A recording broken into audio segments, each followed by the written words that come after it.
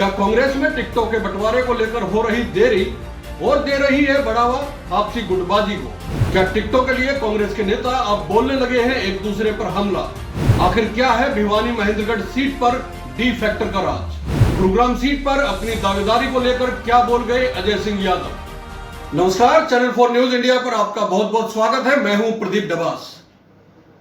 Bhiwani Mahendragarh seat से एक बार कांग्रेस की सांसद रह चुकी श्रुति चौधरी इस बार फिर से दावा कर रही है कि उन्हें कांग्रेस का टिकट मिलना ही चाहिए। इसके लिए लगातार लॉबिंग जारी है, दावेदारी जारी है। कांग्रेस का एक धड़ा चाहता है कि उनको टिकट दी जाए, लेकिन एक धड़ा यह भी चाहता है कि राव दान सिंह को इस बार भिवानी महेंद्रगढ़ सीट से मैदान में उतारा जाए ताकि कांग्रेस की स्थिति और मजबूत हो सके। यह आलाकमान को तय करना है कि आखिर टिकट किसको देनी है। लेकिन श्रुति चौधरी की ओर से आज एक सोशल मीडिया पर बहुत अहम पोस्ट किया गया है। अपने एक्स हैंडल पर उन्होंने जो लिखा है आप ध्यान से पढ़िए। उन्होंने जिस तरीके से यह पोस्ट की है उससे लगता है कि श्रुति चौधरी को कीबोर्ड्स की काफी नॉलेज है। वो टाइपिंग के बारे में बहुत जानती है। इंग्लिश की टाइपिंग जब हम करते हैं तो बीच वाली लाइन में ASDF की आती है। मैं आपको इसलिए समझा रहा हूं कि S और F के बीच में D आता है। यही बात श्रुति चौधरी ने लिखा है कि कीबोर्ड में S और F के बीच में D आता है और उन्होंने लिखा है कि इस बार D की हार तय है। इसको लेकर राजनीतिक गलियों में, खासकर कांग्रेस की राजनीति में तमाम तरह के कयास लगने शुरू हो गए। आखिर ये डी कौन है जिसकी हार तय है? कहने को कहा जा सकता है कि श्रुति चौधरी ने 2 बार से यहां से लोकसभा चुनाव जीत रहे धर्मवीर सिंह पर हमला बोला है।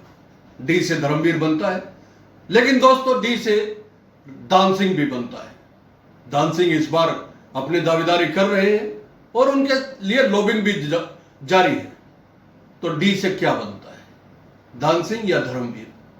सवाल यह उठता है कि धर्मवीर को अगर हराने की बात कहनी है तो निश्चित तौर पे श्रुति चौधरी सीधा बोलेंगी। उनको संकेतों में बात करने की जरूरत नहीं पड़नी चाहिए। उनके प्रतिद्वंदी होंगे। अगर श्रुति चौधरी मैदान में उतरती है और नहीं भी उतरती है तब भी कांग्रेस में होने के नाते उनको अगर डी फैक्टर को सिंप्लीफाई करना है या डी फैक्टर को खुल के बताना है तो उन्हें बताना चाहिए कि डी से आशय धर्मवीर सिंह का है और वो इस बार हारेंगे। लेकिन उन्होंने सिर्फ डी लिखा है। इस डी का मतलब दान सिंह भी हो सकता है जो उनकी टिकट पे या उनकी सीट पे दावेदारी कर रहे हैं। ये डी कौन है?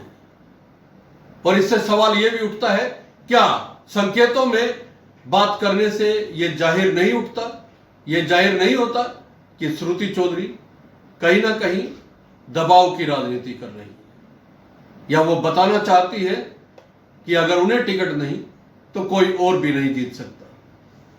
यह बड़ा सवाल है। सूची जाहिर होने से पहले ही सिर फुटबॉल की नौबत कांग्रेस के लिए परेशानी में डाल सकती है। वैसे भी सूची जारी होने में जितनी देरी लग रही है उतने कार्यकर्ता कांग्रेस के ऐसा ना हो कि निराश हो, ऐसा ना हो कि संगठन ना होने के बावजूद जो आम लोग कांग्रेस के साथ आना चाहते थे वो पीछे हट रहे हैं। क्योंकि भारतीय जनता पार्टी, जननायक जनता पार्टी या इंडियन नेशनल लोकदल की ओर से लगातार सूचियां जारी की जा रही है। भारतीय जनता पार्टी ने तो 10 की 10 सीटों पर पहले ही तमाम उम्मीदवारों के नाम घोषित कर दिए थे। तो ऐसे में कांग्रेस की लिस्ट में जितनी देरी लग रही है उतने धड़ेबंदियों की बातें सामने आ रही हैं। यह कांग्रेस के लिए बेहद चिंता की बात हो सकती है। लोकसभा चुनाव में पिछली बार जो उसका प्रदर्शन रहा था वो सबके सामने है। 10 की 10 सीटें हारी थी। इस बार कांग्रेस मुकाबले में लग रही थी, लेकिन अपनी ही गुटबाजियों की वजह से कांग्रेस को यह सब कुछ झेलना भी पड़ सकता है। हालांकि इस ट्वीट के करीब 12 मिनट बाद श्रुति चौधरी ने इसका स्पष्टीकरण भी दिया। उन्होंने कहा कि डी का मतलब धर्मवीर सिंह। डी का मतलब धर्मवीर सिंह था तो 10 मिनट पहले खाली डी क्यों लिखा गया? यह भी एक सवाल है। इसको लेकर राजनीतिक गलियारों में सियासी गलियारों में तमाम तरह के कयास लगाए जा रहे हैं, सवाल उठाए जा रहे हैं कि डी का मतलब धर्मवीर था, तो फिर संकेतों में बात क्यों की गई? यह भी एक बड़ा सवाल है। क्या डी का मतलब वाकई ही धर्मवीर था, या कहीं से यह ऐतराज उठा, उनको बताया गया कि आपने जो ये लिखा है इसका अर्थ कांग्रेस के लिहाज से गलत लिया जा रहा है और कांग्रेस में इसका मैसेज गलत जा रहा है, उसके बाद उन्होंने धर्मवीर लिखा है। अगर ऐसा है, धर्मवीर से तो उनका सीधा मुकाबला है, और एक पार्टी जब दूसरी पार्टी के खिलाफ मैदान में उतरती है तो निश्चित तौर पे अपनी जीत का दावा किया जाता है, और श्रुति ने भी ऐसा ही किया है। उनका करना बनता भी है। कार्यकर्ताओं में जोश बनाए रखने के लिए अगर धर्मवीर सिंह का नाम उन्होंने लिया है तो निश्चित तौर पे इसको सही माना जाएगा। लेकिन सवाल फिर से वही है कि पहले 10 मिनट पहले जो ट्वीट किया गया था उसमें डी का मतलब धर्मवीर नहीं था, इसलिए कयास ये लगाए जाने लगे थे कि इस डी से क्या अर्थ निकाला जाए, क्या दान सिंह निकाला जाए या धर्मवीर निकाला जाए। बाद में उन्होंने स्पष्ट किया कि दान सिंह नहीं, ये धर्मवीर है। एक और महत्वपूर्ण सीट है गुरुग्राम। यहां से भी पिछली बार कैप्टन अजय सिंह यादव कांग्रेस के टिकट पर मैदान में थे और उनको राव इंद्रजीत सिंह ने हराया था। वो फिर से दावेदारी कर रहे हैं और उनके लिए लॉबिंग भी जारी है। लोगों का कहना है कि कैप्टन अजय सिंह यादव यहां से कांग्रेस के बेहतर प्रत्याशी हो सकते हैं, या यूं कहे कि एक धड़े का कहना है कि अजय सिंह यादव यहां से बेहतर प्रत्याशी हो सकते हैं, लेकिन एक धड़ा यह चाहता है कि कांग्रेस की ओर से इस बार यहां से राज बब्बर को मैदान में उतारा जाए। राज बब्बर का नाम आते ही कांग्रेस के कई सारे भीतर के राज भी उगड़कर सामने आने लगते हैं। अजय सिंह यादव का एक बयान ऐसा आया है जिससे लग रहा है कि वो इससे नाखुश है।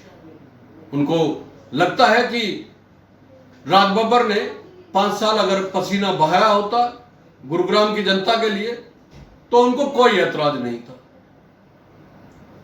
उन्होंने अपने एक स्टेटमेंट में कह भी दिया है कि राज बब्बर के नाम से उन्हें कोई ऐतराज नहीं था। अगर राज बब्बर ने यहां पर 5 साल लगातार पसीना बहाया होता, गुरुग्राम की जनता के बारे में सोचा होता, उनकी समस्याओं को समझा होता। इसका सीधा अर्थ यह है कि वो कहना चाहते हैं उनकी दावेदारी इस सीट पर राज बब्बर से ज्यादा बनती है। लेकिन दोस्तों, बात संकेतों में क्यों हो रही है? सीधे तौर पे आलाकमान से बात क्यों नहीं की जा रही है? और अगर आलाकमान कोई फैसला लेता है तो उसको सर्वमान्य ढंग से माना क्यों नहीं जाता है? कांग्रेस की यह नियति रही है जब से हरियाणा का गठन हुआ है, और हरियाणा में जब से कांग्रेस पार्टी वजूद में आई है अलग से, तब से हरियाणा के नेताओं की ओर से एक सिरदर्द दिया जाता रहा है आलाकमान को, और इस लोकसभा चुनाव में वो खुलकर सामने भी आ रहा है। एक दूसरे की काट, एक दूसरे से आगे बढ़ने का तरीका, ये सब कुछ आलाकमान समझ क्यों नहीं रहा है? कांग्रेस के नेताओं से जब इस बारे में सवाल किया जाता है तो उनका कहना होता है कि लोकतंत्र में यही एकमात्र पार्टी है जहां सबको अपनी बात रखने का अधिकार है। यह अधिकार अनुशासनहीनता में भी बदलता जा रहा है। यह कांग्रेस के नेताओं को समझ लेना चाहिए, आलाकमान को समझ लेना चाहिए।